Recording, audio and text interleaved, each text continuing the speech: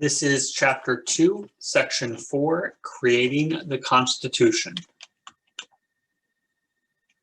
And so we have three key terms from this section, and I will just let you know this section is large. This is also probably the most important section we will cover this semester. If I were to tell you before the EOC that there is one section that you should look at to review, you should obviously look at more than one, but if there was one, this would be it, because I think the most EOC content comes from this section that we're going to cover today.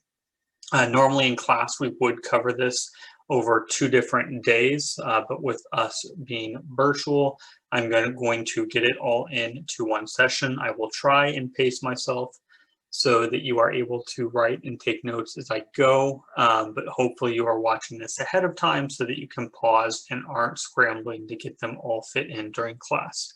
With that said, if you do need to go back and look at it, this is why they are posted online so that you can do so.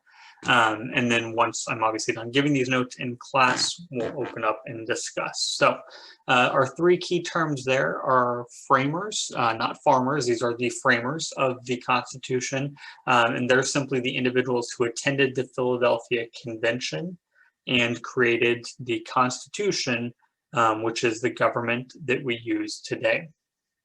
2 key terms, 2 really important key terms that we'll mention here and then we'll detail later.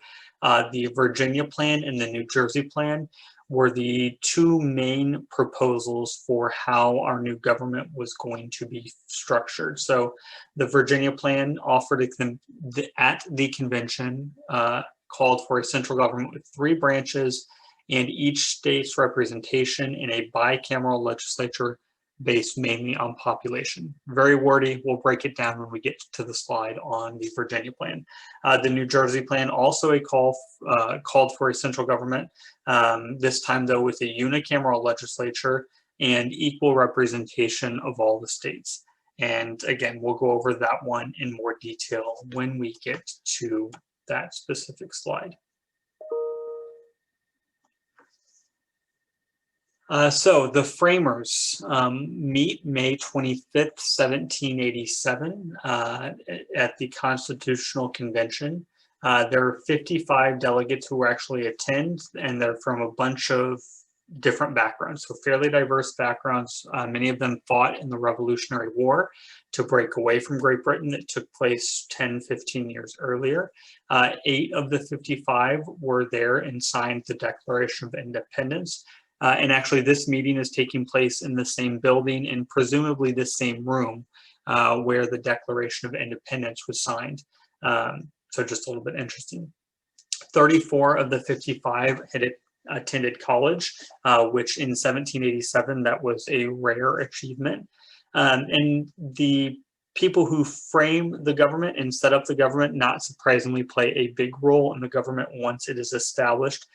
So of those 55 members, 2 become future presidents. We've got 1 vice president, 19 senators, and 13 members of the House of Representatives. So they set up the government and then they actively participate in the government once the new Constitution is passed.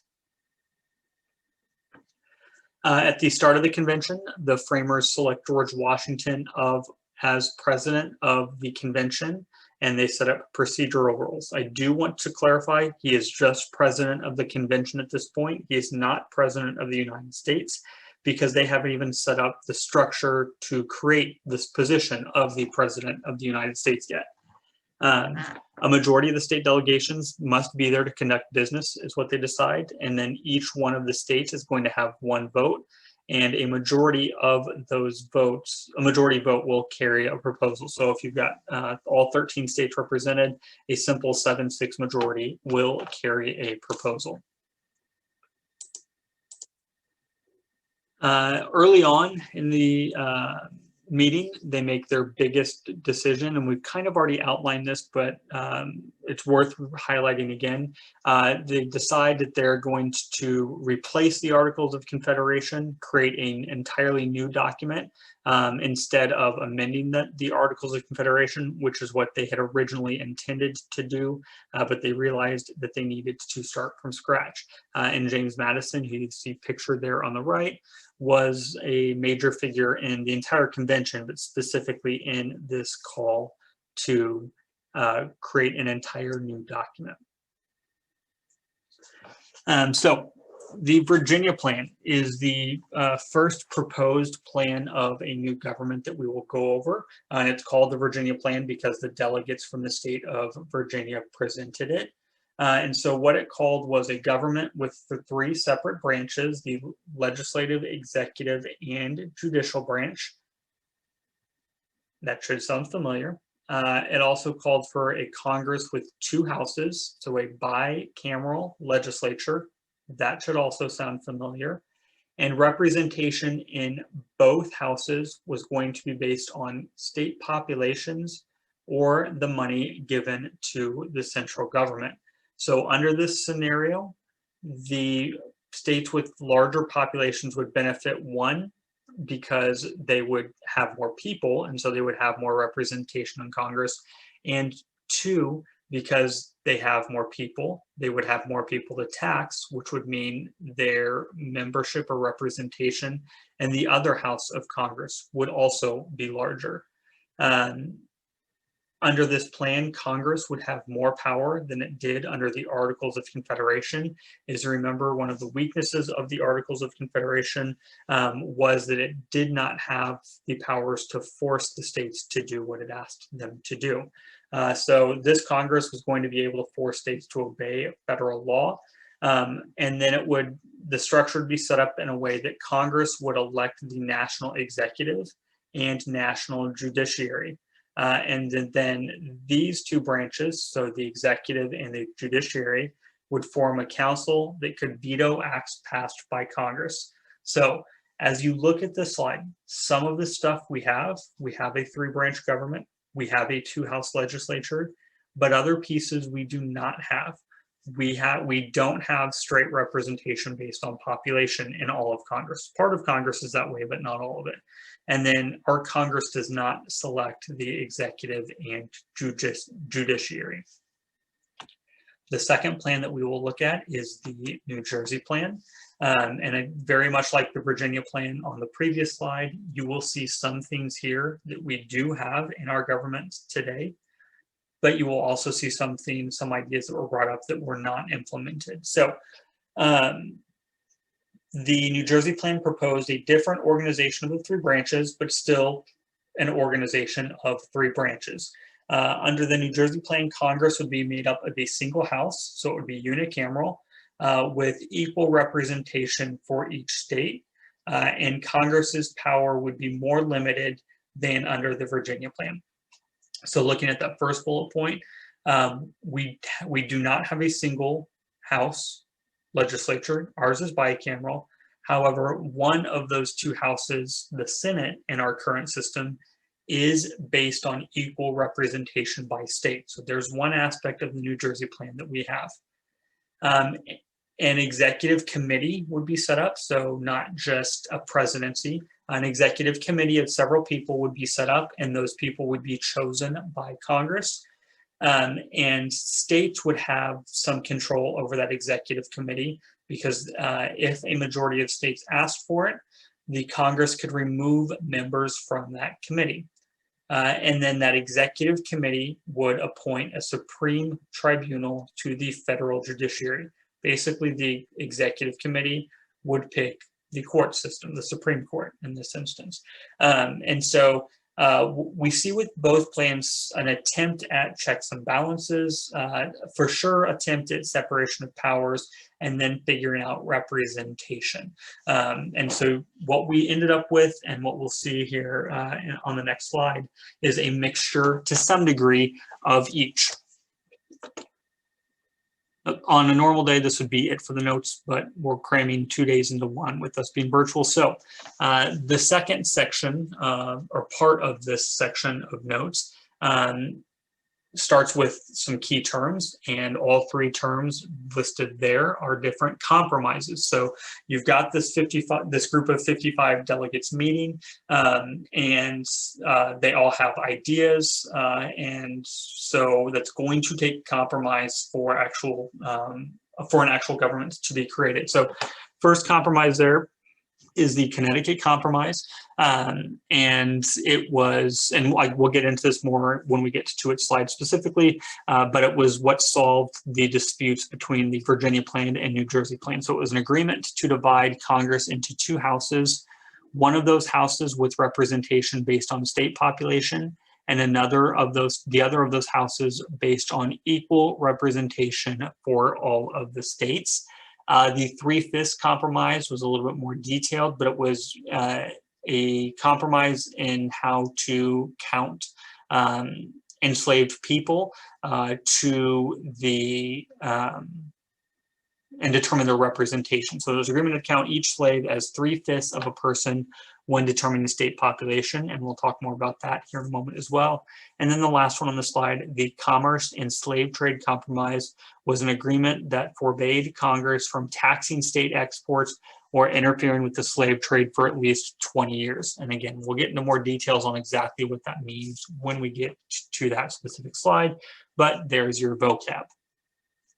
So Connecticut Compromise, why it was needed was because the small states feared that if the Virginia Plan was implemented, that the larger states would dominate them.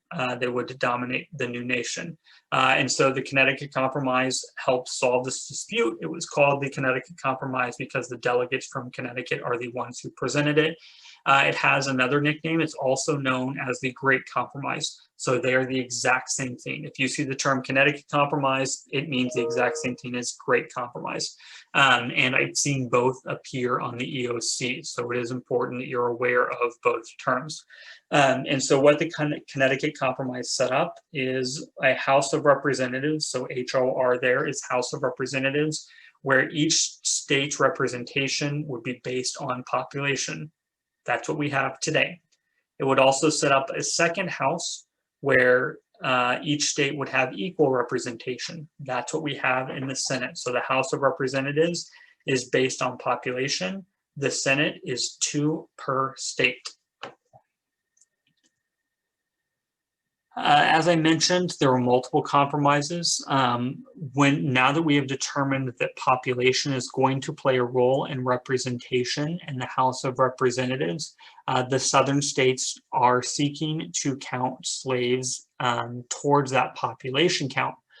The northern states, however, are making the argument that the southern states have said that slaves aren't people, and so they should not be included in this. Instead, slaves by the southern states were declared to be property. And so obviously this is 1700s America. And so the compromise that was reached was that each slave would count as 3/5 of a person. So 5 slaves would equal 3 people towards the population count when figuring representation in Congress. Obviously shows the racism that existed in the country at our founding, and this particular compromise was wiped out with the passing of the 13th Amendment during the Civil War. So, and we'll talk about the amendments in a little bit in a few weeks, but here's kind of a preview to one of those. Another compromise that was made also to appease southern states. They were fearful that the new country, the new government, would exploit the South's trade for its economic stability. And so they wanted to protect agricultural exports and slave trade from regulation by Congress. And so what the northern states agreed to was the Commerce and Slave Trade Compromise. Basically, we're not going to mess with it for 20 years. So get us to 1808, and then the northern states or the United States could look at this issue again. But it was giving the South at least 20 years until that were to take place. Now, we've mentioned slavery with representation. and the Three-Fifths Compromise, and it came up at the Constitutional Convention just as a principle in general. Slavery was much more common in the South than in the North. The map there that you see on the right indicates this really well. You can see a clear differentiation between the northern states and the southern states in the percent of those states' populations that were made up of slaves.